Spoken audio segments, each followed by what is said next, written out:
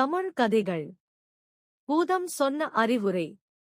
ஒரு விவசாயி ஒருநாள் குடும்பத்துடன் வெகுதூரத்தில் இருந்த நகரத்தை நோக்கி பயணமானார்.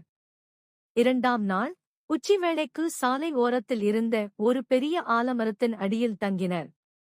அங்கே இரவு வரை தங்கி இளைப்பாற தீர்மானித்தனர். விவசாயி எப்போதும் சுறுசுறுப்பாக இருப்பவர். அவரால் சும்மா இருக்க முடியவில்லை. அதனால் ஓய்வு எடுக்கும் நேரத்தில் கயிறு திரிக்கலாமே என்று நினைத்தார். தன் மூத்த மகனை அனுப்பி கொஞ்சம் சணல் நார் வாங்கி வரச் சொன்னார். இரண்டாவது மகனை அனுப்பி காய்கறிகள் வாங்கி வரச் சொன்னார். மூன்றாவது மகனிடம் சமையலுக்கு மளிகை சாமான்கள் வாங்கி வரும்படி சொல்லி அனுப்பினார். மருமகள்களுக்கும் வேலை கொடுத்தார். மூத்த மருமகளை அனுப்பி தண்ணீர் கொண்டு வரச் சொன்னார். அடுத்த மருமகளை அனுப்பி விறகு சேகரித்து வரச் சொன்னார். மூன்றாவது மருமகளை ரொட்டி சுட மாவு பிசையும்படி சொன்னார்.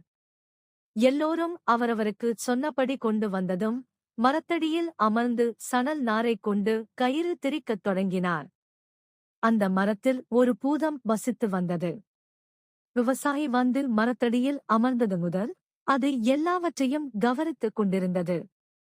இந்த ஆள் ஏன் இவ்வளவு பெரிய கயிற்றைத் திரிக்கிறான் என்று ஆச்சரியப்பட்டது.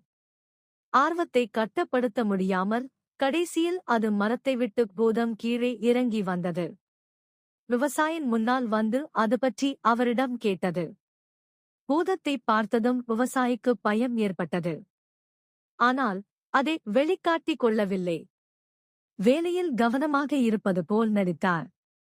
பிறகு நிமிர்ந்து பார்த்து, உன்னைக் கட்டுவதற்குத்தான் என்றார். பூதத்துக்கு தூக்கி வாரி போட்டது. பார்க்க பிரம்மாண்டமாக இருந்தாலும் அது மனதுக்குள் மிகவும் கோழை. எனவே அது பயந்து போய் விவசாயின் காலில் விழுந்து கருணை காட்டும்படி கெஞ்சியது. என்னை விட்டுவிடு. உன்னை பெரும் பணக்காரனாக ஆக்குகிறேன் என்றது. உடனே பூமியைத் தோண்டி ஒரு பெரும் புதையலை எடுத்து அவருக்கு தந்தது. விவசாயிக்கு தாங்க முடியாத மகிழ்ச்சி. தனது பயணத்தைத் தொடராமல் பெரும் செல்வத்துடன் குடும்பத்தை அழைத்துக் கொண்டு வீடு திரும்பினார். விவசாயி பெரும் செல்வத்துடன் வீடு திரும்பியதை கேள்விப்பட்ட அவரது பக்கத்து வீட்டுக்காரர் விவரத்தை கேட்டறிந்தார்.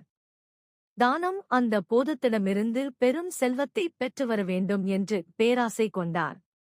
அவரும் தன் குடும்பத்தினரை அழைத்துக் கொண்டு சென்று அதே ஆலமரத்தடியில் தங்கினார். தன் பிள்ளைகளுக்கும் மருமகள்களுக்கும் ஆளுக்கு ஒரு வேலை கொடுத்தார். ஆனால் அவரது மக்கள் சுத்த சோம்பேறிகள்.